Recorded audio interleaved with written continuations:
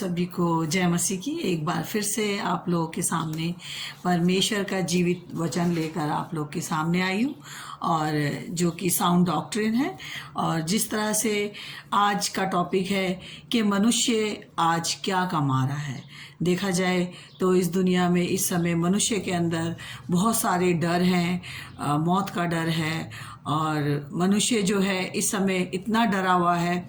कि वो नहीं जान पा रहा कि सच्चा परमेश्वर जो कि मनुष्य से इतना प्यार करता है, जिसने अपने इकलौते पुत्र को दे दिया ताकि जो कोई विश्वास करे वो नाश ना हो बल्कि हमेशा की ज़िंदगी पाए।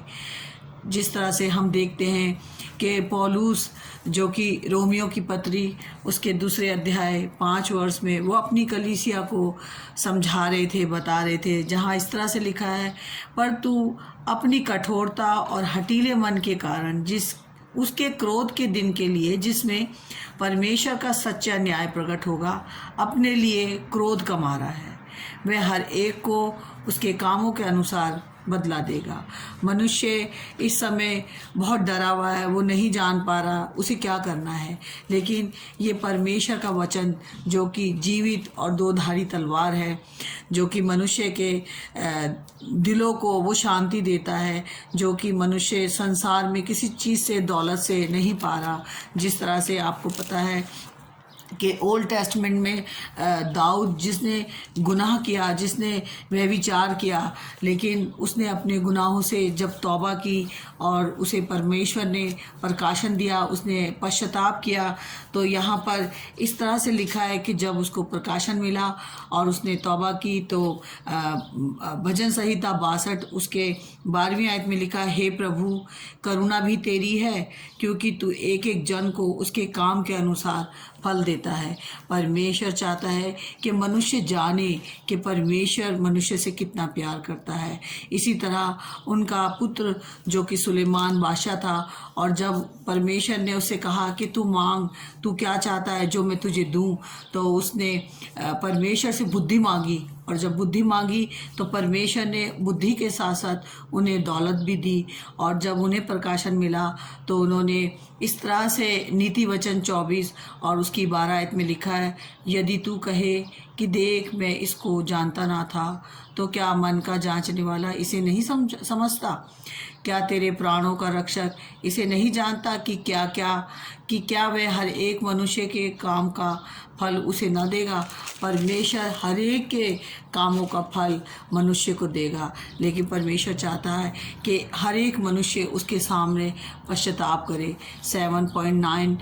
बिलियन पीपल के लिए परमेश्वर ने अपने इकलौते पुत्र को दे दिया ताकि जो कोई विश्वास करे वो नाश ना हो बल्कि हमेशा की ज़िंदगी पाए। प्रभु यीशु मसीह जब इस पृथ्वी पर थे तो उन्होंने अपने शागिर्दों को बताया कि मुझे परमेश्वर ने वो अधिकार दिया है, मैं इस पृथ्वी पर इसलिए आया हूँ ताकि मनुष्य जाने कि परमेश्वर उससे कितना प्यार करता है। यूहन्ना 5 उसकी 22 आयत में इस तरह लिखा है, पिता किसी का न्याय नहीं करता परंतु न्याय करने का सब काम पुत्र को दिया है। उन्होंने बताया कि परमेश्वर ने आज वो सारा अधिकार जो न्याय करने का है वो पुत्र को दे दिया है कि सब लोग जैसे पिता का आदर करते वैसे ही पुत्र का भी आदर करें। उस समय मनुष्य नहीं जान पाया था कि यीशु मसीह परमेश्वर का पुत्र है, लेकिन आज जबकि हमारे पास परमेश्वर का जीवित वचन है जो इस तरह से हमें सिखाता है कि जो पुत्र का आदर नहीं करता वह पिता का जिसने उसे भेजा है आदर नहीं करता। मैं तुमसे सच सच कहता हूँ, जो मेरा वचन सुनकर मेरे भेजने वाले पर विश्वास करता है अनंत जीवन उसका है और उस पर दंड की आज्ञा नहीं होती, परंतु वह मृत्यु से पार होकर जीवन का प्रवेश कर चुका। परमेश्वर चाहता है कि हम उस अनंत जीवन के लिए जिसे परमेश्वर ने प्रभु यीशु मसीह के द्वारा हम सबको दिया है, इस पृथ्वी के हर एक जन को, जिस तरह से यीशु मसीह अपने शागिर्दों के साथ परमेश्वर के बातों को बताते थे कि परमेश्वर ने मुझे पृथ्वी और स्वर्ग का अधिकार दिया है, तो आगे यूहन्ना की पत्री में 6 अध्याय और उसके 68 वर्ष में इस तरह से लिखा है। शिमोन पतरस ने उसको उत्तर दिया, हे प्रभु, हम किसके पास जाएं? अनंत जीवन की बातें तो तेरे ही पास है। वो समझ गया था कि परमेश्वर ने हमें अनंत जीवन की बातें बताने के लिए प्रभु यीशु मसीह को हमारे लिए इस पृथ्वी पर भेज दिया। और आगे लिखा है कि 69 वर्ष में लिखा है, और हमने विश्वास किया और जान गए कि परमेश्वर का पवित्र जन तू ही है। जिस तरह से परमेश्वर ने यीशु मसीह जब पृथ्वी पर थे तो शिमोन पतरस ने कहा कि ये बातें जो आप बता रहे हैं हमें इससे पहले किसी ने नहीं बताई। उनके पास इस तरह का भेद की बातें जो कि प्रभु यीशु मसीह उन्हें बता रहे थे वो समझ नहीं पा रहे थे, कि जबकि यशाया ने भी इसराइलियों को बताया है कि एक उद्धार करता आएगा, लेकिन उन्होंने यकीन नहीं करा। और जब प्रभु यीशु मसीह पृथ्वी पर रहकर जब उनसे बातें कर रहे थे तो वो कहने लगे कि अब हम कहाँ जाएं? ये ऐसी बातें तो हमें पहले किसी ने नहीं बताई। जिस तरह से आज मेरे जीवन में भी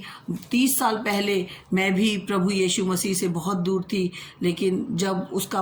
दया मुझ पर हुई, उसने मुझे चुना और उसने मुझ पर अपनी दया को प्रकट किया, तो मेरी भी इस आत्मिक जहन को खुला कि न्याय करने का सारा अधिकार प्रभु यीशु मसीह के पास है, ताकि जो कोई विश्वास करे वो नाश ना हो बल्कि हमेशा के जीवन पाए। इसी बाइबल की आखिरी पत्री में जैसे कि प्रकाशित वाक्य यूहन्ना के द्वारा लिखाया गया, और यूहन्ना को यीशु मसीह ने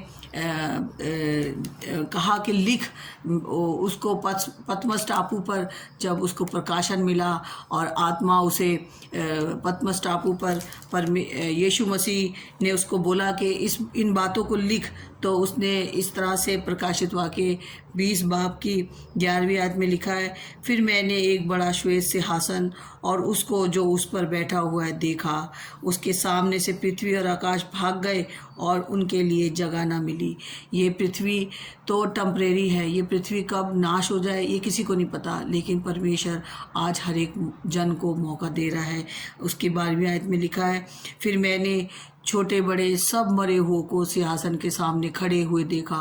और पुस्तकें खोली गई, और फिर एक और पुस्तक खोली गई अर्थात जीवन की पुस्तक, और जैसा उन पुस्तकों में लिखा हुआ था वैसे ही उनके कामों के अनुसार मरे हुओं का न्याय किया गया। एक दिन हमारे भी जीवन की वो पुस्तक खोली जाएगी जिसमें हमारा नाम लिखा होगा, जिसमें हमारे कामों का लेखा भी लिखा होगा, और जब वो खोलेगी तो उसके लिए प्रभु यीशु मसीह ही हमारा सहायक और मददगार होगा। क्योंकि जो कोई आज विश्वास करेगा, जिस तरह से मैंने रोमियो की पत्री उसके 10वें बाब के 9 और 10 आयत में इस तरह से लिखा है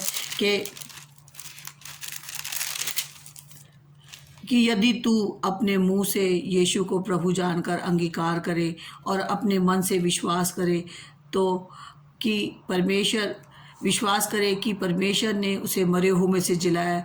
तो तू निश्चय उद्धार पाएगा। क्योंकि धार्मिकता के लिए मन से विश्वास किया जाता है और उद्धार के लिए मुंह से अंगीकार किया जाता है। आज जो कोई भी प्रभु यीशु को अपना प्रभु अपना उद्धारकर्ता ग्रहण करेगा, उसे उस राज्य के लिए जो प्रभु यीशु मसीह ने हमारे लिए तैयार किया है, हम उस राज्य के वारिस बनेंगे। प्रभु यीशु मसीह चाहते हैं कि हर एक को एक पश्चाताप का मौका मिले, हर एक को, क्योंकि जिस तरह से पौलुस भी अपनी कलीसिया को बता रहे थे, और यहाँ पर रोमियो उसकी 2:16 आयत में भी लिखा है, जिस दिन परमेश्वर मेरे सुसमाचार के अनुसार यीशु मसीह के द्वारा मनुष्य की गुप्त बातों का न्याय करेगा। जिस तरह से पौलुस अपनी कलीसिया को बता रहे थे कि मन फिराव का समय आज है। आज उसने हमें भी ये काम करने के लिए कहा है कि जाओ जाति जाति के लोगों को मेरे सुसमाचार के बारे में बताओ।